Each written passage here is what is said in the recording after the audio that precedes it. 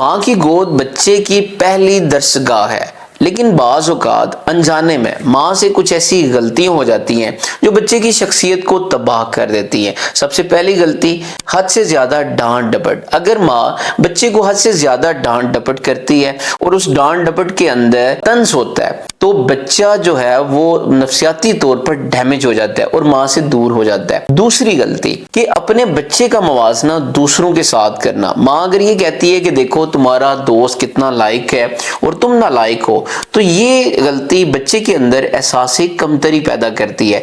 تیسری غلطی کہ ہر وقت اپنے قابو میں رکھنا۔ یاد رکھیے گا کہ ماں جب بچے کو قابو کرتی ہے، قابو میں رکھنا چاہتی ہے، تو بچے کی صلاحیتیں وہ مان پڑ جاتی ہیں۔ ایک بچہ اسی وقت اس کے اندر اعتماد آتا ہے جب وہ کھلی فضا میں سانس لیتا ہے۔